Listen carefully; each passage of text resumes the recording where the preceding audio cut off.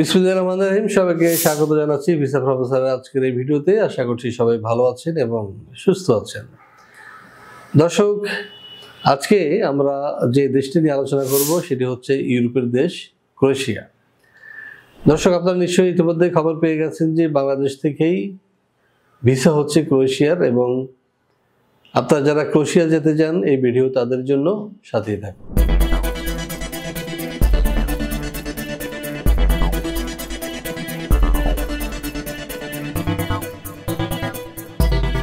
দর্শক, শুরুতে চলুন দেখে আসি কেমন দেশ এই ক্রোয়েশিয়া।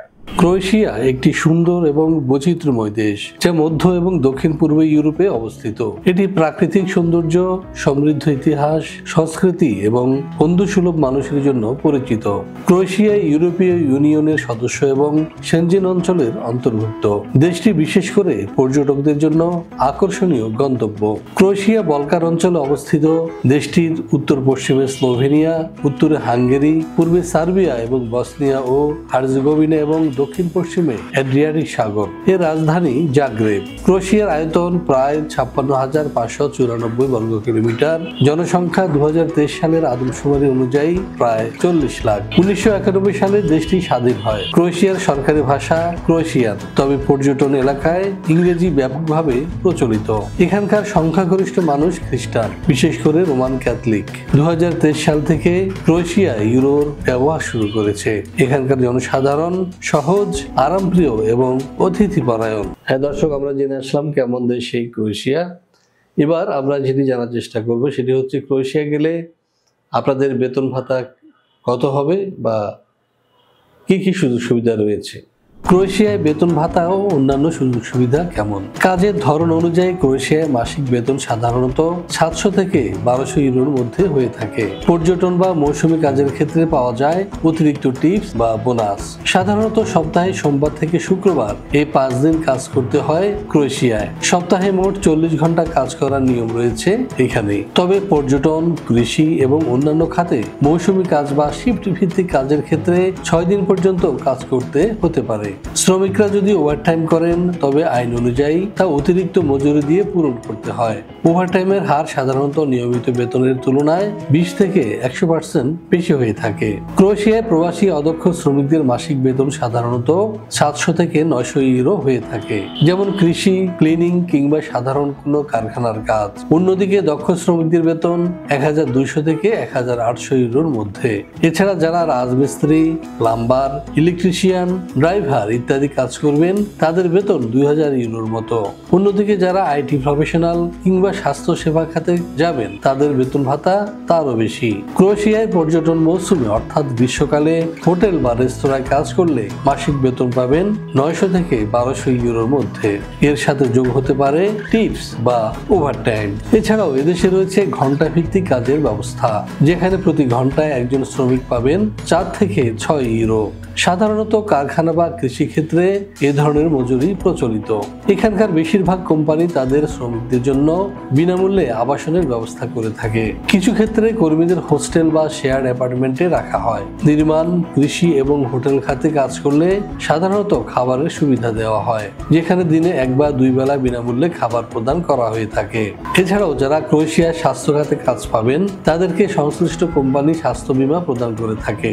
সেক্ষেত্রে কিছু ক্ষেত্রে ফ্রি চিকিৎসা সেবা প্রদান করা হয়। কিছু কোম্পানি কর্মস্থলে যাতায়াতের জন্য পরিবহন সুবিধা দেয়। বিশেষ করে নির্মাণ বা কৃষি খাতে এই সুবিধা বেশি দেখা যায়। ওভারটাইমের ক্ষেত্রে অতিরিক্ত মজুরি প্রদান করা হয় মূল বেতনের 20 থেকে 50% বেশি।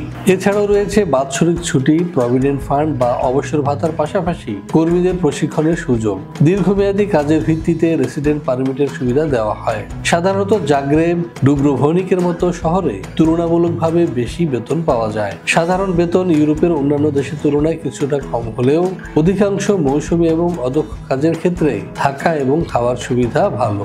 দর্শক, আমরা দেখে আসলাম কেমন দেশ সেই ক্রোয়েশিয়া। এবার আমরা যেটি জানবো সেটি হচ্ছে ক্রোয়েশিয়ায় বর্তমানে কি ধরনের কাজ রয়েছে। চলুন জেনে আসি একটি প্রতিবেদন থেকে। ক্রোয়েশিয়ায় প্রবাসী শ্রমিকদের জন্য বেশ কিছু খাতে কাজের সুযোগ রয়েছে, বিশেষ করে যেসব খাতে স্থানীয় শ্রমশক্তির ঘাটতি রয়েছে। পর্যটন নির্ভর এবং কৃষি প্রধান দেশ হওয়ায় এখানে মৌসুমী কাজ এবং উভয়ই পাওয়া যায়। পর্যটন এবং আতিথেয়তা খাত। ক্রোয়েশিয়ায় আপনি কাজ করতে পারবেন হোটেল স্টাফ, যেমন রিসেপশনিস্ট এবং রুম ক্লিনার হিসেবে। এছাড়াও বিভিন্ন রেস্টুরেন্টের রেস্তোরাঁর ওয়েটার, বারটেন্ডার বা কিচেন হেল্পার হিসেবেও কাজ করতে পারবেন। এদেশে পর্যটন মৌসুমে গাইড এবং গ্রাউন্ড স্টাফ হিসেবেও অনেকে কাজ করে থাকেন। ক্রোয়েশিয়ার ফলমূল এবং শাকসবজি চাষ ও সংগ্রহে শ্রমিক সংকট রয়েছে, বিশেষ করে আঙ্গুর বাগান এবং অলিভ বাগানে রয়েছে কাজের সুযোগ। এছাড়াও আপনারা কাজ করতে পারবেন গ্রিন হাউস বা কৃষি জমিতে। ক্রোয়েশিয়ায় নির্মাণ শিল্পের বিভিন্ন সেক্টর যেমন রাজমিস্ত্রি, প্লাম্বার, ইলেকট্রিশিয়ান পদে শ্রমিকের চাহিদা রয়েছে। কাজ পাবেন রোড কনস্ট্রাকশন কাজে। খাদ্য প্রক্রিয়াজাতকরণ কারখানায় রয়েছে প্যাকেজিং, মেশিন অপারেটর এবং ওয়্যারহাউস কর্মী হিসেবে কাজ। এছাড়াও টেক্সটাইল বা অন্যান্য হালকা শিল্পে শ্রমিক নিচ্ছে ক্রোয়েশিয়া। ক্রোয়েশিয়ার বিভিন্ন সুপারমার্কেট বা স্টোর কর্মী, পরিচ্ছন্নতা এবং মেইনটেনেন্স কর্মী হিসেবে কাজের সুযোগ ছাড়াও ড্রাইভার হিসেবে কাজের সুযোগ রয়েছে। ক্রোয়েশিয়া জাহাজ নির্মাণ এবং বন্দর কার্যক্রমে সুপরিচিত একটি নাম। এখানে জাহাজ নির্মাণ শ্রমিক, কারিগর এবং পোর্ট স্টাফের যথেষ্ট চাহিদা রয়েছে।